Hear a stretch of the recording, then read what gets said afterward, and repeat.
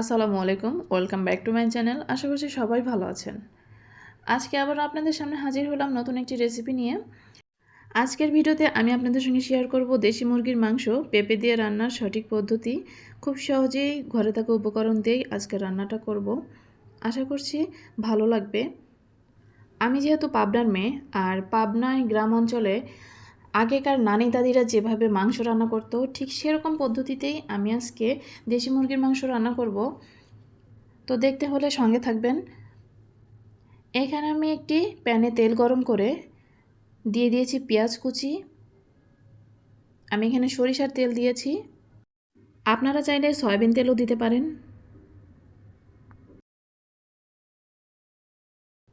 এখন দিয়ে দিলাম 3টা তেজপাতা, দিয়ে দিলাম 2টো এলাচ এবং ছোট ছোট 3 টুকরো দারুচিনি। আজকের মাংস রান্নার একটি গোপন টিপস আছে, যেটা আমি ভিডিও শেষের দিকে আপনাদের সঙ্গে শেয়ার করব। তো জানতে হলে অবশ্যই সঙ্গে থাকবেন। পেঁয়াজ লালচে করে ভেজে নেব। এখন দিয়ে দিলাম 1 চা চামচের মতো জিরা। জিরা দিয়ে 10 থেকে 15 সেকেন্ডের মধ্যেই আমি এটা তুলে নেব। তুলে শিলপাটায় বেটে এটার একটা পেস্ট তৈরি করে নেব। এখন সেম কড়াইতে আমি আবারও দিয়ে দিলাম পেঁয়াজ কুচি।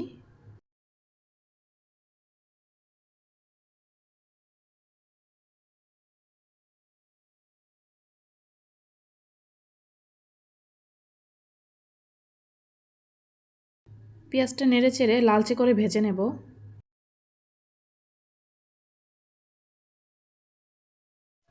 এখন দিয়ে দেব 2 থেকে 3 চা চামচ পেঁয়াজ বাটা।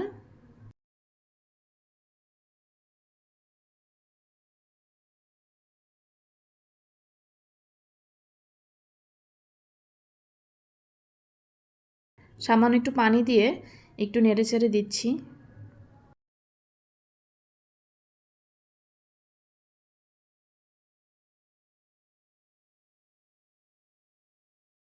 এখন দিয়ে দিলাম 1 চা চামচের একটু বেশি দিয়েছি জিরা বাটা, প্রায় 1.5 চা চামচের মতো।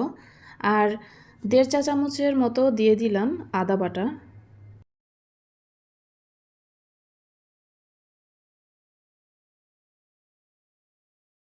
দিয়ে দিলাম 2 টেবিল চামচের মতো রসুন থেতো করে নেওয়া।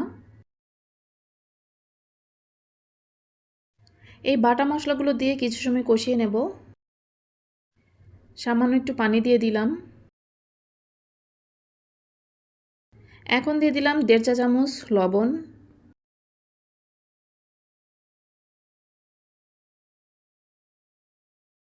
দিয়ে দিলাম 1 চা চামচ ধনিয়া গুঁড়া, 1 চা চামচ হলুদের গুঁড়া, আর 2 চা চামচের মতো দিয়ে দেব মরিচ গুঁড়া।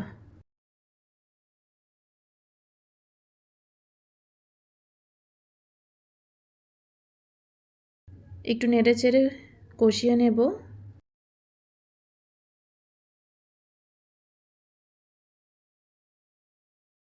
এখন দিয়ে দিচ্ছি 4 থেকে 5 টুকরো দারুচিনি, 4 থেকে 5 টুকরো সাদা এলাচ এবং একটা কালো এলাচ আমি থেতো করে দিয়েছি। বিচিগুলো কিছুটা গুঁড়ো করে দিয়েছি। নেড়েচেড়ে মশলার সঙ্গে মিশিয়ে কষিয়ে নেব। এখন মাংসগুলো দিয়ে দিলাম।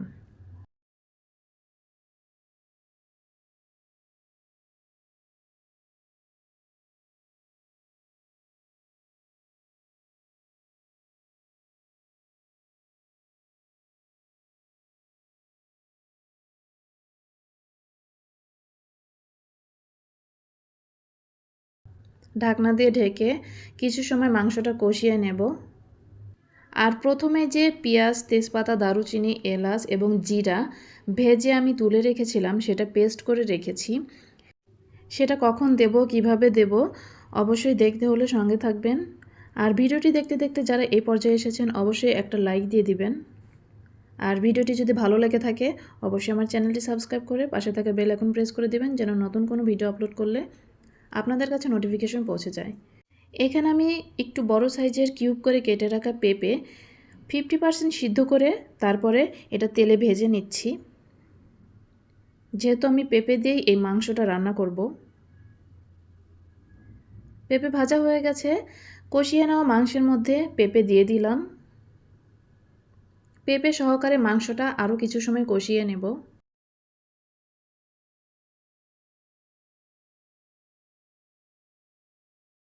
একটু ঢাকনা দিয়ে ঢেকে দেব।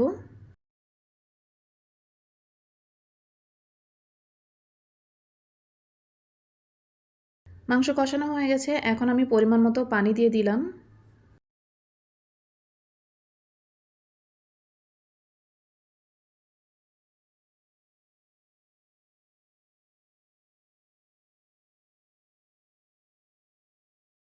এখন দিয়ে দিলাম ফালি করে কেটে রাখা 4 থেকে 5 পিস কাঁচামরিচ। আর দিয়ে দিলাম প্রথমেই যে পেঁয়াজ, তেজপাতা, দারুচিনি, এলাচ এবং জিরা দিয়ে ভেজে রেখেছিলাম, সেটা পেস্ট করে রেখেছিলাম, ঠিক সেই পেস্ট করা পেঁয়াজের বেরেস্তা এখন দিয়ে দিলাম। আর এটা দেওয়ার কারণে মাংসের স্বাদ অনেক পরিমাণে বেড়ে যায়।